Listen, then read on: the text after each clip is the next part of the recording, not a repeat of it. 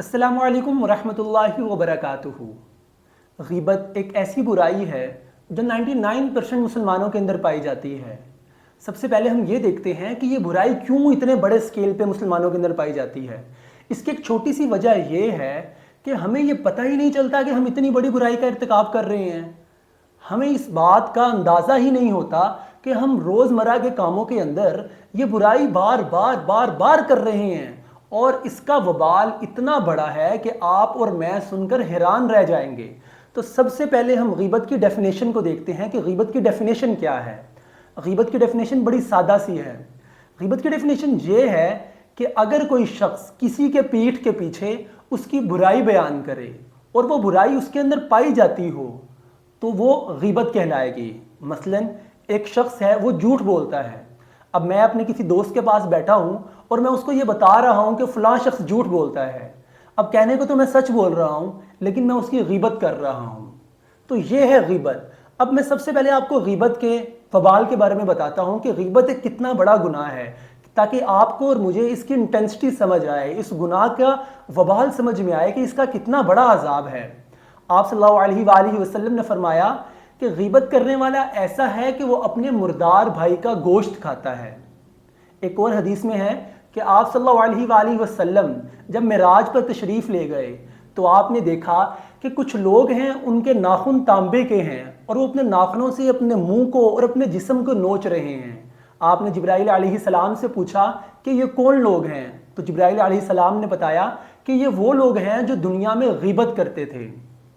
एक और रवायत में है कि ग़ीबत करने वाला अगर अपने गुनाह से तौबा कर भी लेगा तो वो तब भी जन्नत में सबसे आखिर में दाखिल होगा, और अगर ग़ीबत करने वाला अपने गुनाह पर तौबा किए बग़ैर फोत हो गया तो वो सबसे पहले जहन्नुम में डाल दिया जाएगा। अब आप देखें कितना सख्त वबाल है इस गुनाह का। अब आते हैं हम अपनी डेली लाइफ पे। हम देखते हैं कि हम किस तरह से ग़ीबत कर रहे होते हैं। अब आजकल जब भी दो दोस्त बैठे बात कर रहे होते हैं तो ज़्यादातर वो किसी तीसरे दोस्त के बारे में बात कर रहे होते हैं और वो उसकी बुराई का जिक्र कर रहे होते हैं कि उसने ये काम किया, उसने फ़लाँ बुरा काम किया, उसने फ़लाँ बुरा काम किया। तो हम इनडायरेक्टली उसकी ग़ीबत कर रहे होते हैं और हमें इस चीज़ का पता भी नहीं चल रहा होता कि हम कितना बड़ा गुनाह का काम कर रहे हैं। अब ये देखें, आप जिस शख्स के बारे में ग़ीबत कर रहे हैं उसके लिए अल्लाह ताला ने एक इनाम भी रखा है। रवायत में आता है कि क़यामत वाले दिन एक शख्स के सामने उसकी नेकियां रखी जाएंगी, तो उसके अंदर कुछ ऐसी नेकियां भी होंगी जो उसने की ही नहीं होंगी। वो अल्लाह ताला से पूछेगा कि अल्लाह ताला ये तो नेकियां मैंने की ही नहीं, ये कैसे मेरे नामाए माल में आ गई। तो अल्लाह ताला कहेंगे कि दुनिया में जब लोग तेरी ग़ीबत करते थे तो उसके बदले में ये नेकियां तेरे नामाए माल में ऐड कर दी गई हैं। तो जिस शख्स के बारे में आप ग़ीबत कर रहे हैं आप उसकी नेकियां बढ़ा रहे हैं, और जो खुद आप ग़ीबत कर रहे हैं आप अपने गुनाहों को बढ़ा रहे हैं। ग़ीबत एक ऐसा गुनाह है जो नेकियों को आग की तरह खा जाता है। आजकल के दौर में आप देखें, एक नमाज पढ़ने वाला, एक तस्बीह करने वाला, एक तहज्जुद पढ़ने वाला, हर एक शख्स, हर दीनदार शख्स ग़ीबत में मुब्तला है।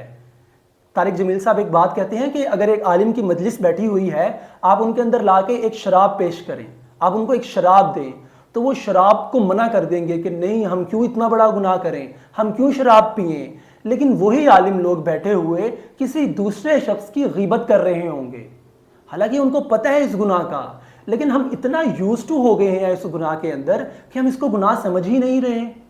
एक नमाज पढ़ने वाला जो 5 वक्त का नमाजी है, वो किसी ऐसे शख्स के बारे में बात कर रहा होता है जो बेनमाजी है और लोगों को बता रहा होता है कि फ़लाँ शख्स नमाज नहीं पढ़ता, फ़लाँ शख्स नमाज नहीं पढ़ता।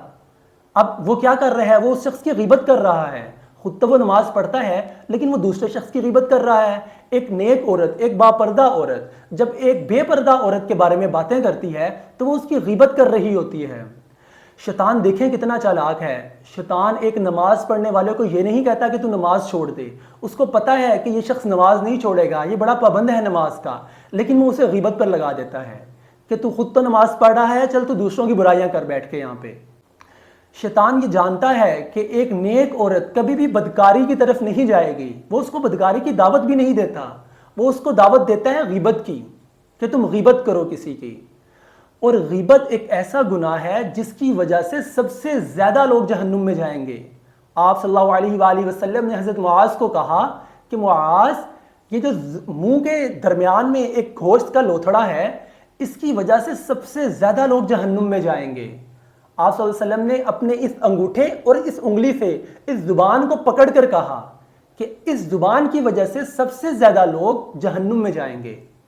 تو اس زبان پر اگر ہم کنٹرول کر لیں، اس زبان پر ہم اپنے قابو پا لیں، تو ہم بہت بڑے گناہ سے بچ جائیں گے۔ آپ صلی اللہ علیہ وآلہ وسلم کے پاس ایک مرتبہ ایک صحابی آئے اور انہیں کہا کہ آپ صلی اللہ علیہ وآلہ وسلم، ایک عورت ہے جو 5 وقت کی نمازی ہے، پرہیزگار ہے، تہجد گزار ہے، غرض کے ہر نیک کام وہ کرتی ہے، لیکن وہ زبان کی بڑی تیز ہے، وہ ادھر کی بات ادھر، ادھر کی بات ادھر کرتی ہے۔ آپ صلی اللہ علیہ وآلہ وسلم نے کہا کہ کوئی فائدہ نہیں اس کی نیکیوں کا۔ اور ایک اور صحابی آپ صلی اللہ علیہ وآلہ وسلم کے پاس آئے اور کہا آپ صلی اللہ علیہ وآلہ وسلم، ایک عورت ہے جو صرف فرائض ادا کرتی ہے، سنتیں، نوافل، وہ کوئی بہت زیادہ عبادات نہیں کرتی، بس فرائض ادا کرتی ہے، لیکن وہ عورت زبان کی بہت میٹھی ہے، مطلب کوئی بات ادھر کی ادھر نہیں کرتی، کسی کی غیبت نہیں کرتی۔ تو آپ صلی اللہ علیہ وآلہ وسلم نے کہا کہ اس عورت کو جا کر جنت کی بشارت دے دو۔ تو دیکھیں، اگر ہم صرف اپنی زبان پر کنٹرول پا لیں تو ہم بہت بڑی برائی سے بچ جائیں گے۔ یہ زبان ایک ایسی چیز ہے جو گھروں میں لڑائیاں کرواتی ہے، دفاتر میں، ایون مساجد کے اندر اس زبان کی وجہ سے بہت سے گناہ ہوتے ہیں، اور ہمیں یہ سوچنے کی ضرورت ہے کس طرح سے ہم اس غیبت سے بچ سکتے ہیں۔ اس غیبت سے بچنے کا صرف ایک ہی طریقہ ہے کہ جب بھی آپ کسی محفل کے اندر بیٹھیں تو کسی تیسرے شخص کا تذکرہ ہی نہ کریں، آپ اس کی نیکی کا تذکرہ بھی نہ کریں، کیونکہ آپ جب ایک نیکی کا اس کی تذکرہ کرنا سٹارٹ کریں گے تو کرتے کرتے آپ اس کی برائیوں پہ آ جائیں گے، اور پھر آپ اس کی برائیوں کے بارے میں بتانے لگ جائیں گے۔ تو کوشش کریں کہ جب بھی کسی محفل میں بیٹھیں، جب بھی اپنے کسی دوست کے ساتھ بیٹھیں، تو بس آپس کی بات کریں، کسی تیسرے شخص کو بیچ میں انوالو ہی نہ کریں، کسی تیسرے شخص کی بات کو بیچ میں لائیں ہی نہ۔ صرف اسی طریقے سے ہم غیبت سے بچ سکتے ہیں۔ میری اللہ تعالیٰ سے یہ دعا ہے کہ اللہ تعالیٰ آپ کو اور مجھے اس برائی سے بچا کر رکھیں اور ہمیں مکمل طور پر اسلام پر چلنے والا بنا دیں۔